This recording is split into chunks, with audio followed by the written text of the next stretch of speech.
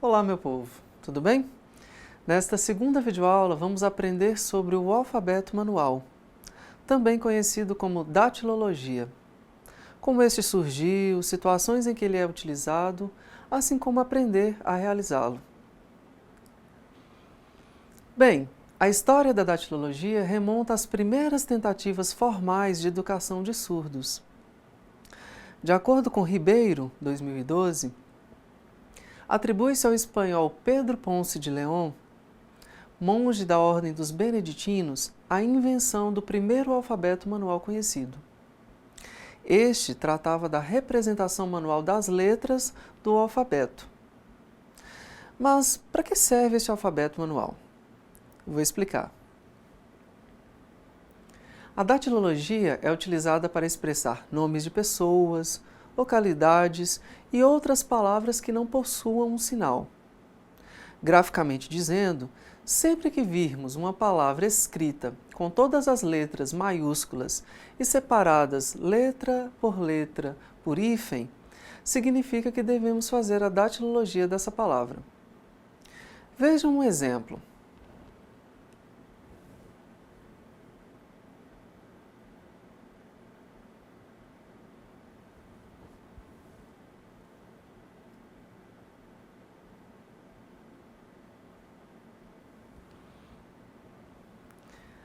Agora que vocês já conhecem a história do alfabeto manual e como e quando utilizá-lo, vamos aprendê-lo propriamente dito.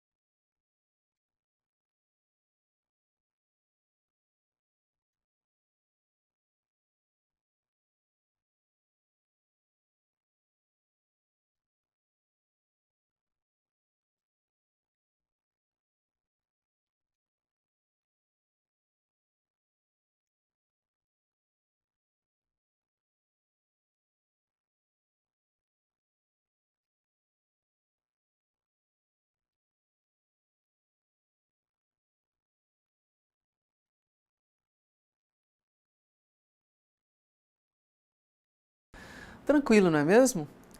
Para aprendermos, precisamos praticar. Então, treinem fazendo seu nome, nome de conhecidos, locais, enfim. Não deixem de exercitar. Combinado? Como atividades para este tema, façam. Qualquer dúvida, contem conosco. Então, hoje nós vamos continuar a nossa aula, lembra? A unidade 2. E eu vou estar explicando para vocês sobre a linguística. Vamos continuar. Então, a língua de sinais, ela é uma língua? Vamos ver. Viram? Algumas pessoas pensam que a língua de sinais, será que ela é uma língua realmente? Ou é apenas uma língua inferior, uma língua pobre? Algumas pessoas pensam que a língua de sinais ela não é uma língua, são gestos, vem como se fosse uma linguagem de macacos. Algumas pessoas na sociedade pensam assim. Veem a língua de sinais dessa forma, como não sendo uma língua. Mas a língua de sinais, ela é uma língua de fato, e tem pesquisas que comprovam isso. Tem pesquisas que comprovam que a língua de sinais possui um sistema linguístico. Então, a Libras, ela é uma língua mesmo. Alguns pesquisadores, como a Ronice Miller, esse é o sinal dela, e também outra, a Lodenir, esse é o sinal. Então, elas duas pesquisaram e elas publicaram um livro, Língua de Sinais Brasileira, Estudos Linguísticos, que estudando a língua de sinais. Então elas começaram a pesquisar a língua de sinais. Mas quem foi a primeira pessoa que começou a pesquisar foi a Ferreira Brito.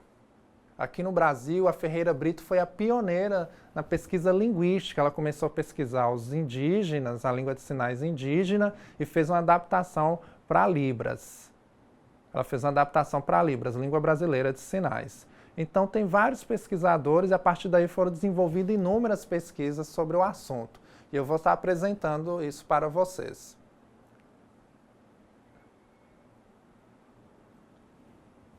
Então, nós temos a Whitney, que é uma pesquisadora que pesquisou falando sobre a área, e ela fez uma citação de Saussure, que é um pesquisador linguístico. E ela fala que na sociedade nós temos a língua como uma instituição social, uma língua compartilhada na sociedade. Então, a partir daí, ela se desenvolve através de imagens, imagens neurológicas. A pessoa escuta o som, passa pelo canal auditivo e se desenvolve esses conceitos. Aí fica fácil a pessoa se comunicar, a pessoa sente confiança em falar, porque isso é natural do ser humano. A língua é natural do ser humano. O ser humano fica livre para se expressar. O ouvinte fica livre para se expressar pela língua oral e o surdo pela língua de sinais. Ele sente confiança para comunicar em língua de sinais. Isso é uma escolha do surdo. Ele tem uma sinalização, ele sente confiança se comunicando através da língua de sinais. Às vezes, por exemplo, o surdo ele tem dificuldade na oralização. Ele não consegue ser oralizado, mas ele escolhe a língua de sinais para se comunicar. Assim também como o ouvinte. Não significa que uma língua é melhor que a outra, não. As duas línguas são importantes nesse processo de desenvolvimento. Então, a língua de sinais, ela é uma língua de fato.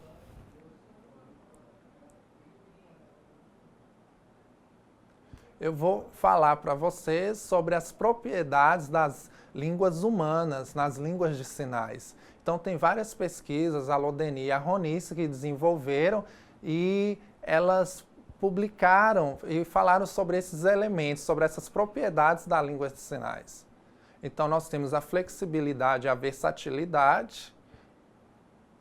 Elas falam que a língua de sinais, elas apresentam várias possibilidades de uso em diferentes contextos.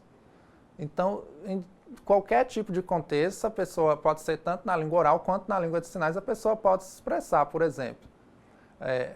A pessoa pode desenvolver perguntas, a pessoa pode persuadir, a pessoa pode dar ordens, a pessoa pode expressar sua opinião, a pessoa pode fazer poesias. Sim, poesias na língua de sinais ou nas línguas orais. De qualquer uma dessas outras formas, a pessoa pode se expressar porque são línguas que têm os seus próprios métodos de desenvolvimento. Então, a pessoa pode expressar em inúmeros contextos. Eu vou dar um outro exemplo para vocês entenderem melhor. Eu não vou ficar só explicando, não. Eu vou mostrar alguns exemplos para vocês conseguirem entender com mais clareza. Então, o primeiro exemplo. Você gosta de maçã? O que isso significa? Isso é uma pergunta. Aí você me responde sim ou não. Então, aí efetiva uma comunicação, porque eu faço uma pergunta e obtenho uma resposta, sim ou não. Então, eu utilizo a expressão também. Você gosta de maçã? Estão vendo a minha expressão? Então, isso é uma pergunta. Outra frase. Então, nossa, a casa está com defeito, preciso reformar. Então, isso é uma ordem. É uma ordem. Então, meu cérebro me manda, eu preciso reformar a minha casa. Então, eu posso expressar isso pela língua de sinais. Outro exemplo. Então, um projeto de aula, eu preciso apresentar. Viram? Então, isso também é uma ordem. Então, tem inúmeras formas de eu me expressar com minhas opiniões. Posso expressar através de poesia, por exemplo, a folha caindo da árvore, que lindo. Então, a pessoa é livre, ela tem versatilidade e flexibilidade para se expressar. tanto na língua oral quanto na língua de sinais. Então, outro elemento, outra propriedade. Arbitrariedade. Esse é o sinal. O que é arbitrariedade? Por exemplo, eu tenho a palavra, eu tenho o signo linguístico. O que é o signo linguístico? Mais adiante eu vou explicar melhor para vocês.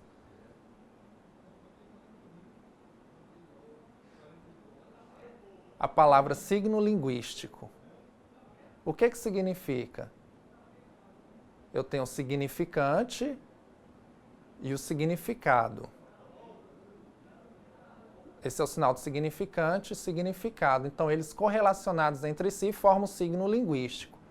Então, é a palavra arbitrária porque é sempre uma convenção e, através dessa convenção, há uma produção.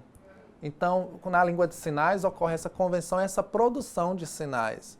É como se fosse copiar a forma? Não, isso é diferente. Por exemplo, a criação do sinal ela não é icônica.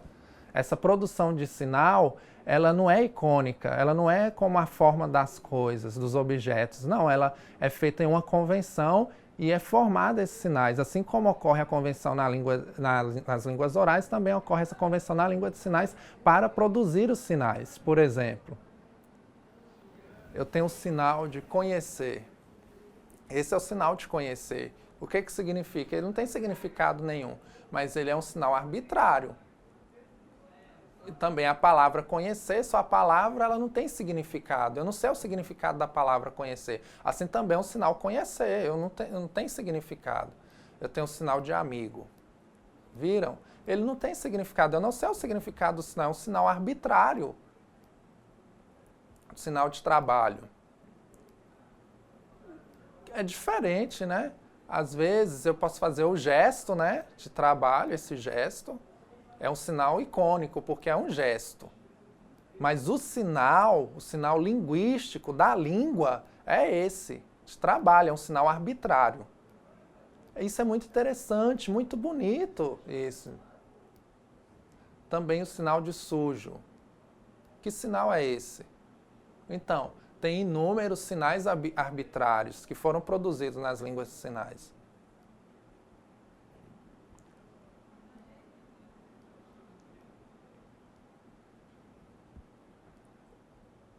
Tem a descontinuidade.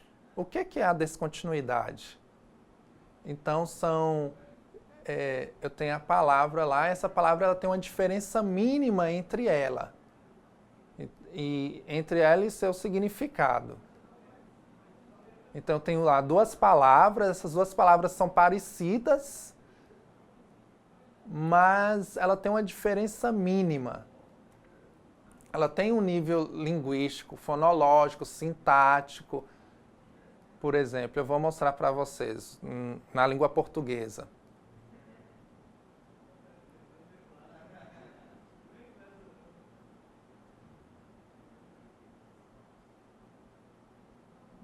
Então, eu tenho a palavra lá na língua portuguesa.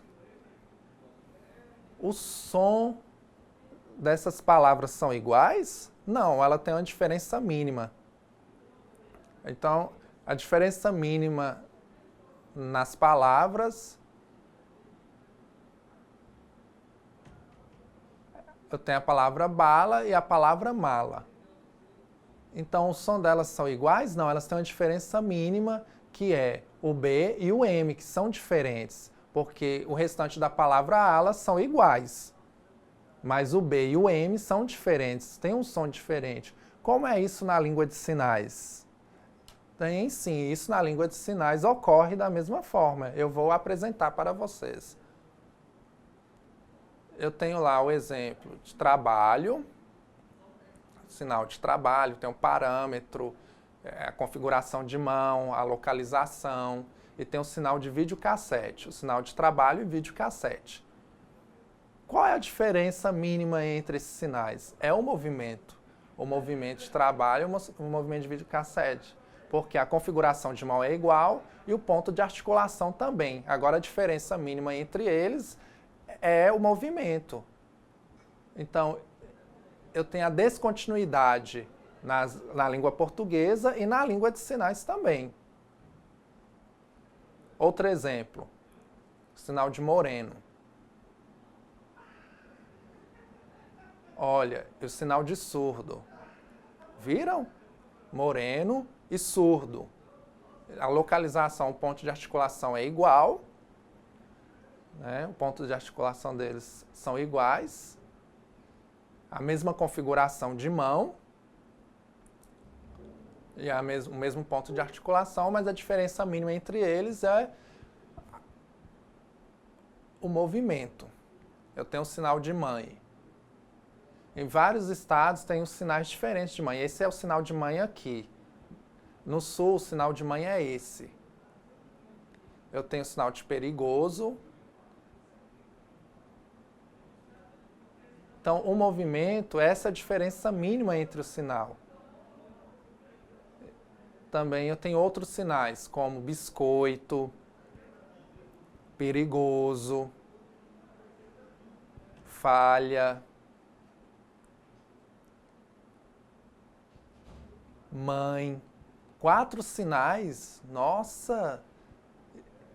E a única diferença entre eles é o movimento. Então, mas pelo contexto da língua de sinais, eu consigo entender e falar, a língua de sinais é difícil, isso não pode acontecer, é muito parecido. Não, isso é bom ser complexo. É bom ter essa complexidade na língua, assim também como existe na língua portuguesa, existe na língua de sinais essa complexidade. Também existe na língua de sinais, isso é muito interessante. Então, eu tenho outra propriedade, a criatividade e também a produtividade. Então, você pode expressar o que você quiser de várias formas, né? Respeitando um conjunto finito de regras, de estrutura da língua humana. Você pode expressar uma forma infinita de sentenças. Você pode contar uma história, você pode fazer uma poesia, você pode fazer uma história, um resumo da sua vida. Então você pode fazer inúmeras sentenças, né, expressar suas opiniões, você pode criar N sentenças, né, e fazendo o sinal e acoplando outros sinais a esse sinal, dando contexto, igual eu estou fazendo nessa videoaula, passando para vocês essa aula, essa informação. Então, a língua de sinais, ela tem essa capacidade de produzir N sentenças, expressar de N formas. Por exemplo, eu amo Rayana porque ela é bonita, legal, especial, ela ajuda, ela gosta de trabalhar, é intérprete, inteligente, ela é calma, amorosa. Então, eu posso ir colocando aí N sinais, inúmeros sinais. Por exemplo, eu posso dizer assim, eu amo Rayana, só isso? Não, eu posso ir complementando aí com outros sinais. E assim, me expressar, fazer uma poesia respeitando a regra determinada, finita, na língua. Então, o que é a dupla articulação na língua de sinais? O que significa isso? Então, as línguas humanas, elas apresentam 2 articulações. A primeira são unidades menores, que não têm significado, é sem significado. E a segunda são unidades combinadas de forma que produz o significado. Por exemplo, na língua portuguesa, eu tenho a palavra casa. Então, eu escrevo casa. E como que é esse som dessa palavra? É o K-A-S-A. Vou mostrar para vocês.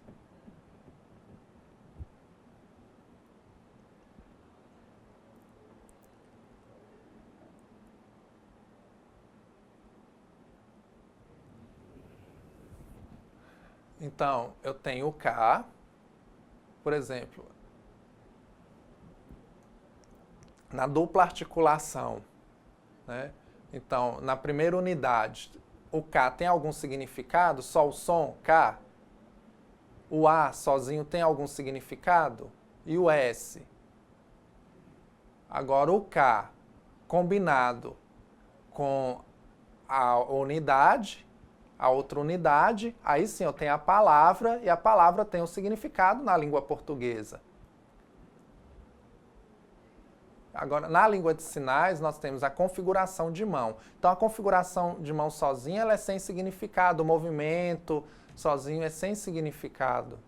Eu tenho lá a configuração de mão L, ela não tem significado nenhum. Eu tenho ponto de articulação no queixo, ainda continua sem significado, então eu preciso do movimento. Aí sim, eu tenho significado, então eu preciso da combinação dessas duas articulações. É impossível elas estarem separadas, elas precisam estar combinadas. Tanto a primeira quanto a segunda. Aí sim eu tenho significado. Outro exemplo, eu tenho essa configuração de mão. Ela não tem significado, eu não sei o significado dessa configuração de mão. Por exemplo, eu sinalizo assim com essa configuração. Aí eu tenho a outra configuração de mão. Ainda assim, ela está sem significado, porque ela precisa do movimento. Aí está vendo o movimento também junto com a expressão facial? Porque se eu fizer sem expressão facial, não dá, não tem significado. Para o significado eu preciso fazer a expressão facial. Aí eu fico um sinal claro. Vocês precisam aprender, isso é muito importante. Conhecer os significados dos sinais e suas propriedades. O que é o padrão nas propriedades linguísticas? Então, as línguas ela têm um conjunto de regras compartilhadas por um grupo de pessoas que elas utilizam na língua de sinais. Então, elas utilizam de forma padrão. Então, eu posso utilizar a língua de qualquer forma? Não, eu preciso utilizar a língua padronizada. A língua de sinais também é assim, ela tem um padrão nacional.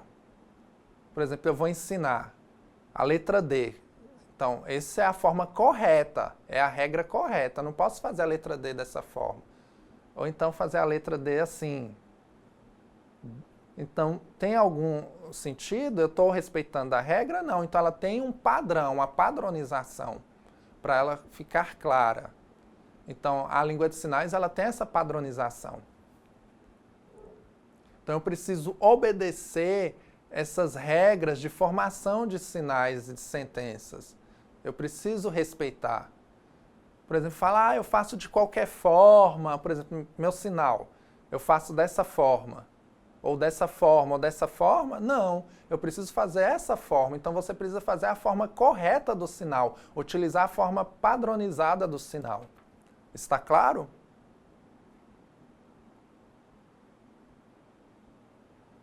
A dependência estrutural nas propriedades linguísticas. Então, há uma relação estrutural entre esses elementos da língua. E eles não podem ser descombinados, feitos de qualquer forma. Não, eles têm que ser feitos estruturalmente, respeitando a gramática, para ficar claro. Eu não posso fazer de qualquer forma. Igual na língua portuguesa, assim também é na língua de sinais. Por exemplo, eu tenho esse sinal. Elana trabalha muito. Ok, o sinal está claro. Elana trabalha muito. Então, Elana trabalha demais em inúmeros empregos. Agora, se eu fizer essa troca, inverter, trabalha Elana, fica estranho, fica parecendo grego. Fica parecendo como se fosse agramatical. Então, não é uma forma combinatória, né? É como se doesse os olhos de quem está vendo. É igual quando o ouvinte escuta uma palavra estranha, então sou estranho para o ouvinte, assim também é para o surdo, não fica claro. Eu fazendo essa inversão. Então, eu preciso respeitar a estrutura da língua de sinais. eu tenho esse sinal de Brasil. Eu posso inverter Brasil sinal? Não fica claro. Brasil sinal? Eu faço Brasil e depois faço sinal? Não fica claro. Então, o sinal de SEAD, eu tenho esse sinal. Aí vocês ficam claros, esse é o sinal de SEAD. Agora eu faço SEAD, o sinal é esse.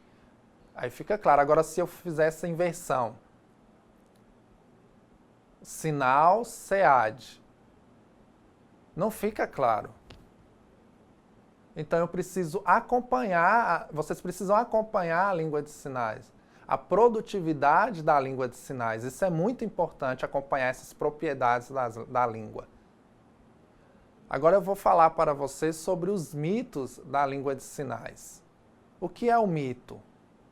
O que significa isso? É igual, por exemplo, na língua de sinais, é algo que a pessoa acredita que a língua seja dessa forma.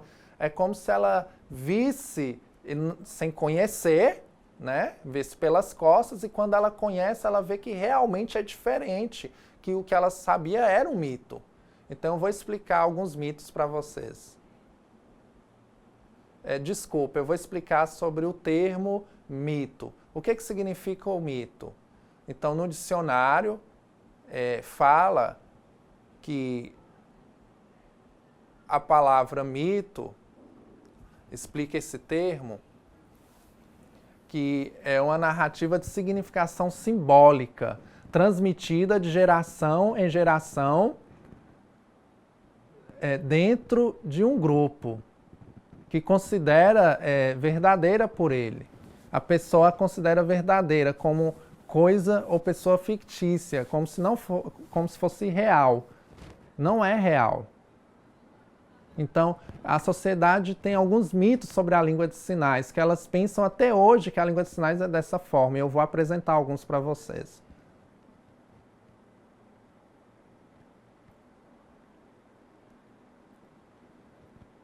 Então, algumas pessoas acreditam que a língua de sinais ela é uma mistura de mímica e gesto, que ela não tem não pode ter um processamento arbitrário, que ela é uma língua inferior, uma língua de gestos. Não, totalmente diferente. Isso é um mito, isso é uma mentira. A língua de sinais, você pode expressar vários conceitos através da língua de sinais. Você pode produzir N sinais da língua de sinais. É totalmente diferente de ser um gesto. Por exemplo, você sabe qual é a diferença de gesto e língua de sinais? Primeiro eu vou mostrar para vocês o que é a língua de sinais. Me falaram que você está grávida. É verdade? Vocês entenderam ou não entenderam? Isso é língua de sinais. Agora eu vou mostrar para vocês como é uma comunicação feita por gesto, com o ouvinte.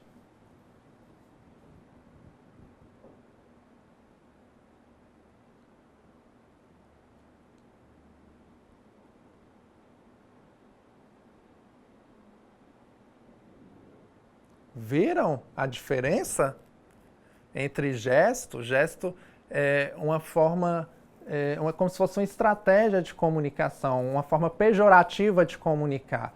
É totalmente diferente da língua de sinais. A língua de sinais não é uma mistura de gestos.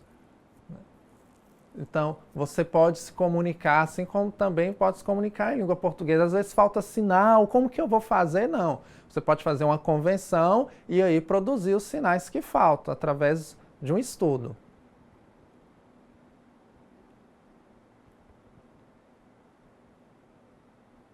As pessoas pensam isso até hoje, que a língua de sinais, existe apenas uma língua de sinais no mundo inteiro. Pensa que a língua de sinais é uma só no mundo inteiro, que é uma língua universal. Não, é diferente, isso é um mito, é uma mentira. Por exemplo, existe a língua portuguesa, a língua alemã, a língua espanhola, a língua inglesa. Então, vários tipos de língua. Também existem vários tipos de línguas de sinais. Então, por exemplo, se eu for no país pensar que é fácil me comunicar por língua de sinais, não, eu vou ter dificuldade, porque a língua é totalmente diferente da Libras. Eu vou mostrar isso para vocês através de um vídeo.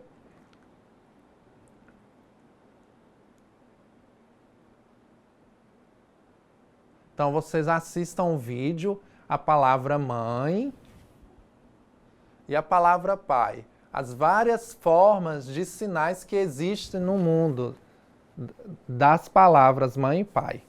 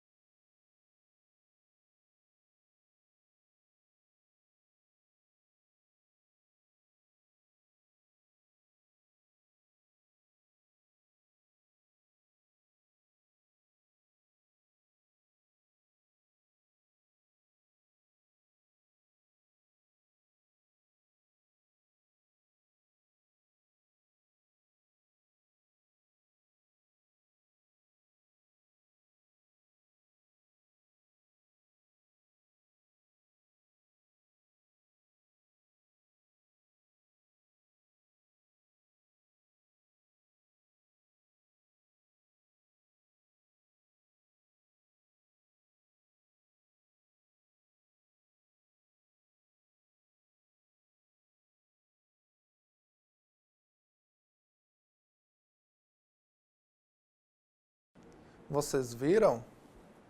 Que muito interessante, né? Vários sinais para pai e para mãe. Alguns utilizam dessa forma para pai e mãe, outros assim. Então são várias línguas de sinais que o vídeo mostrou. Comprova que existe essa diferença das línguas de sinais. Outro vídeo que eu vou mostrar. Eu vou pedir o intérprete para ele verbalizar esse vídeo, ver se ele consegue fazer a verbalização, se ele consegue entender ou se ele não consegue entender. Vamos ver.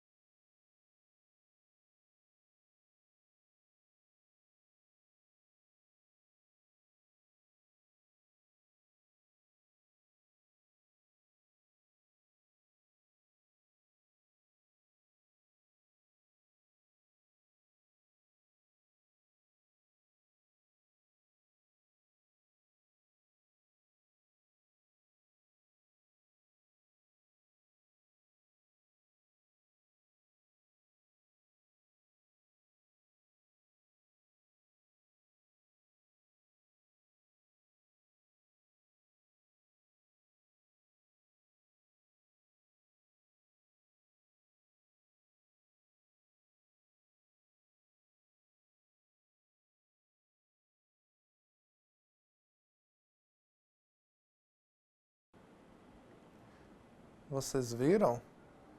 Eu apresentei o vídeo em língua de sinais, em língua de sinais ASL. Vocês viram? O intérprete não entendeu nada, ele não conseguiu verbalizar, porque é uma língua de sinais dos Estados Unidos, totalmente diferente da língua brasileira de sinais. Então, vocês conseguem perceber? É muito difícil porque tem muitos sinais que vocês não conhecem. Há um tempinho aqui atrás, eu viajei, fui para o Uruguai. Eu chegando lá no Uruguai, eu estava sentado naqueles ônibus de turismo, naquelas vans de turismo, para fazer um passeio, lá na cidade de Montevidéu. E eu estava sentado lá e tinha um motorista, ele sabia a língua de sinais do Uruguai, e eu percebi que ele era ouvinte e sabia a língua de sinais do Uruguai. Oba, vou tentar me comunicar com ele. Quando eu tentei me comunicar, não entendia nada, totalmente diferente, eu fiquei de queixo caído e nós fomos nos interagindo. Por exemplo, o sinal de Brasil aqui no Brasil de cerveja é esse e lá é esse. Totalmente diferente, né? Aqui no Brasil, o sinal de filha é esse e lá o sinal é esse. E eu falei, nossa, muito diferente. Aqui é o sinal de gostar, lá o sinal de gostar é esse. Nossa, diferente. A língua de sinais americana, esse sinal significa o quê? Significa legal. Significa cool, legal. Lá no Uruguai, esse sinal significa o quê? Gostar. Então, vocês viram como que é completamente diferente? Muito interessante isso. Então, você tem dificuldade de comunicar. Como que você vai tentar comunicar? Você precisa utilizar várias estratégias de comunicação, porque a língua é diferente. Outro mito em relação à língua de sinais é que as pessoas pensam que haveria uma falha na organização gramatical da língua de sinais, que seria derivada de outras línguas de sinais.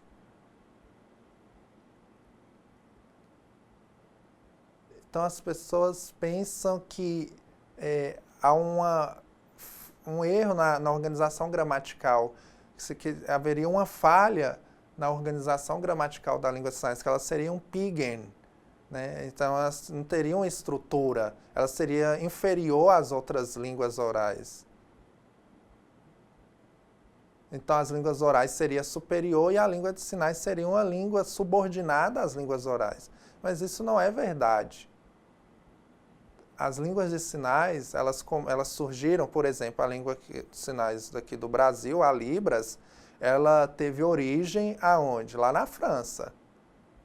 Então, ela teve origem lá na França, ela foi trazida para cá, começou a assinar aqui no Brasil e com um determinado tempo ela se desenvolveu. Então, existem alguns empréstimos linguísticos, por exemplo, sinal de falar. Lá na França, utiliza esse sinal, né, para parler. Então, há esse empréstimo linguístico para o sinal de fala, que é o mesmo sinal. Mas existe uma estrutura da língua de sinais francesa e também uma estrutura gramatical da língua de sinais aqui no Brasil. Então, as estruturas são completamente diferentes, a sintaxe é diferente, não são iguais. Existem apenas alguns empréstimos linguísticos. Por exemplo, país lá em Portugal, teve origem, a língua de sinais lá teve origem dos Estados Unidos, que foi levado lá para Portugal e assim se desenvolveu a língua de sinais portuguesa. Então existem alguns empréstimos linguísticos da língua de sinais, assim também como existem esses empréstimos linguísticos nas línguas orais. Por exemplo, através de um contato entre os países, contatos entre empresários, entre esses países, se desenvolve isso. Por exemplo, a globalização promove essa interação. Isso não significa que um país vai pegar a língua do outro. Não, é apenas alguns empréstimos linguísticos que ocorrem. Por exemplo, eu tenho o outlet, né, que é um empréstimo linguístico da língua inglesa. Eu tenho outro empréstimo linguístico que é utilizado para o mouse, né, do computador, por causa desse contato, dessa interação que existe.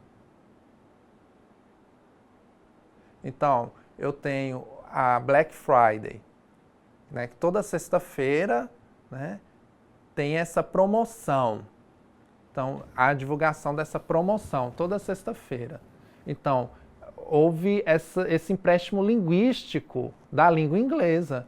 Isso significa que, por causa desse empréstimo linguístico, a língua de sinais ela vai perder sua estrutura? Não.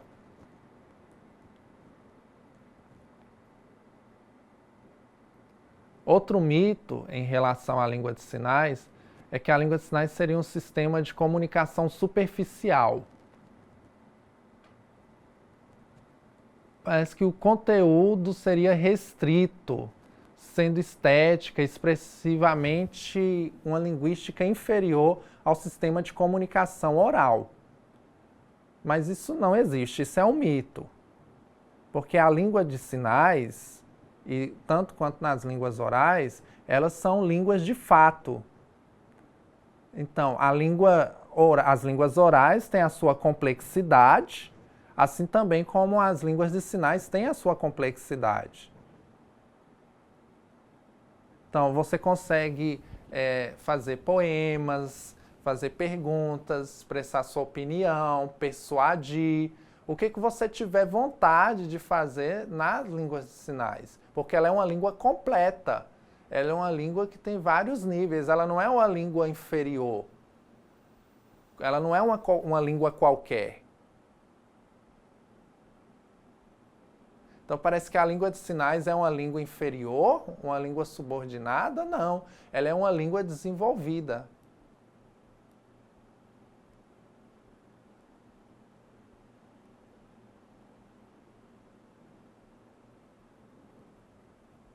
Outro mito é que as pessoas pensam que a língua de sinais é uma comunicação espontânea, gestual dos ouvintes. Então, é como se os ouvintes usassem os gestos para se comunicar. Não.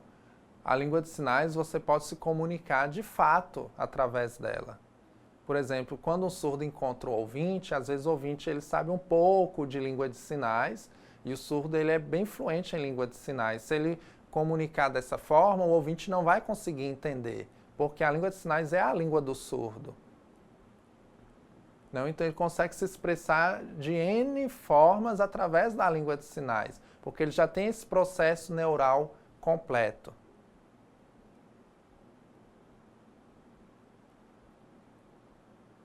Outro mito sobre a língua de sinais,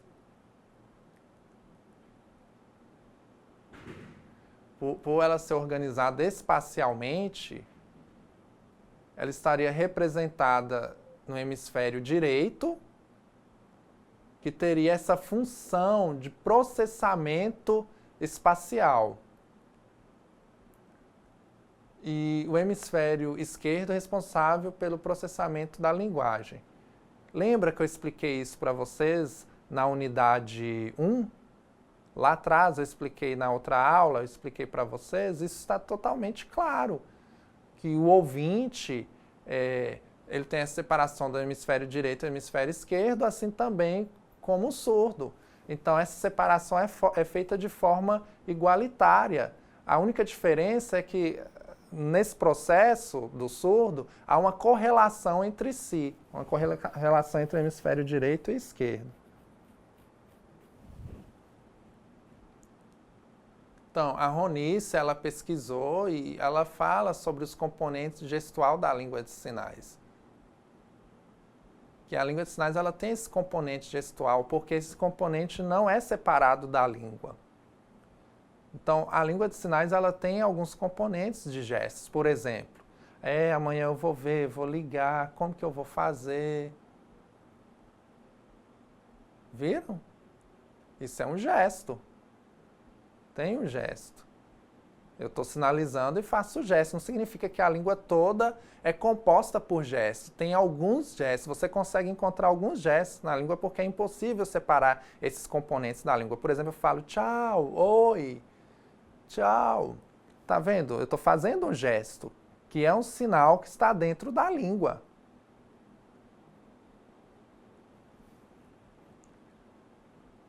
Então, isso é impossível. É impossível separar esses componentes gestuais da língua, assim como o ouvinte, que utiliza assim, dessa forma para se comunicar. Então, o ouvinte ele utiliza dessa forma de gestos para se comunicar. Então, a língua de sinais também tem esses componentes gestuais. Eu falo, você amanhã precisa, é importante você aprender, você estudar língua de sinais. Então, esses são os componentes gestuais da língua de sinais. Esses componentes existem na língua.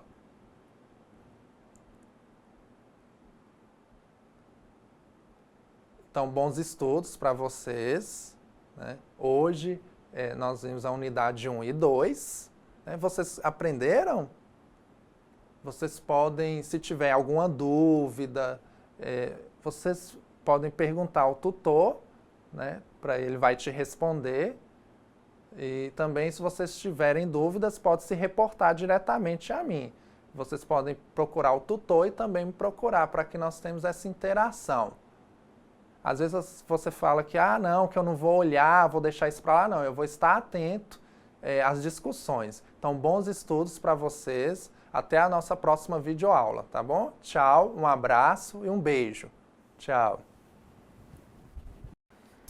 Olá, turma!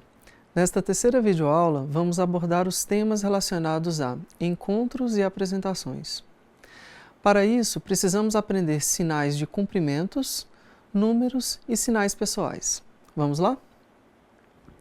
Na videoaula anterior, vocês aprenderam que a datilologia é utilizada para expressar nomes de pessoas, dentre outras coisas. Lembram-se? Pois bem, quando um surdo ou ouvinte começa a participar da comunidade surda local, eles recebem um sinal pessoal, para que se evite de ficar sempre referindo a esta pessoa por meio do alfabeto manual. O sinal pessoal é mais a cara das línguas de sinais, por assim dizer. Vamos recordar um trecho da palestra do surdo Gabriel no nosso primeiro encontro presencial, no qual ele aborda esse tema.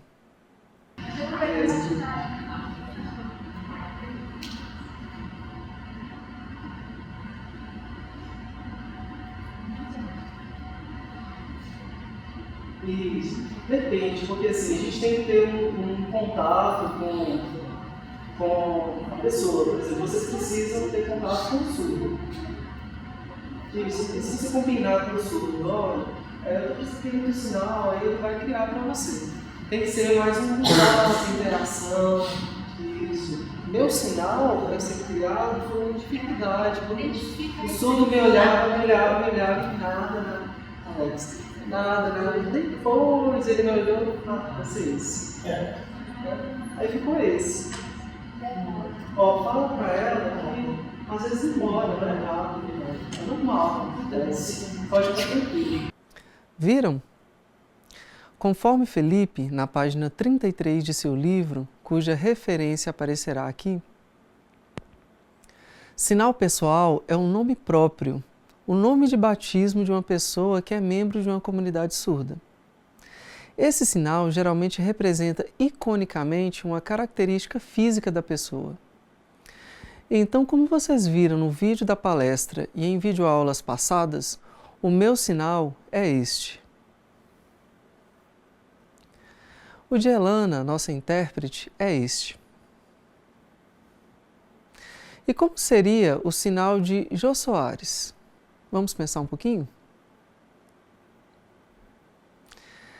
Agora vamos aprender alguns sinais importantes para a comunicação em Libras, em situações de encontros e apresentações, assim como sinais referentes aos números também. Mas vamos fazer isso de forma contextualizada. Assistam agora ao diálogo.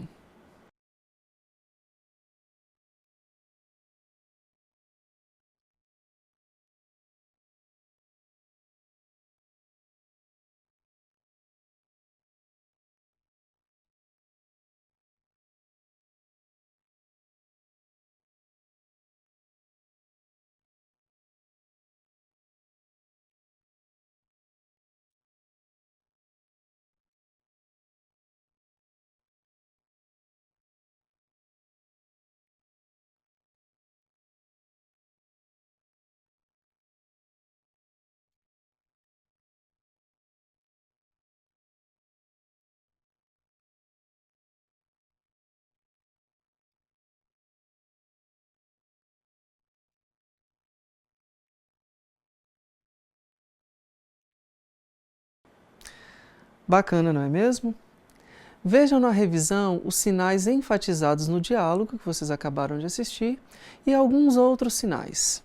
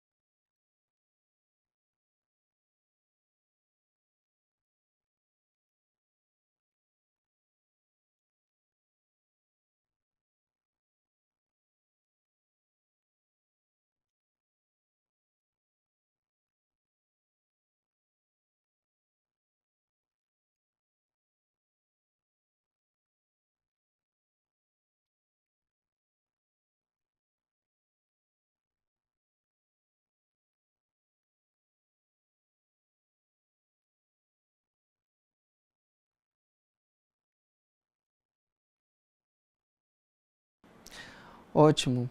Agora pratiquem bastante para assimilar os sinais mostrados nessa videoaula. Façam também as atividades números 1 e números 2.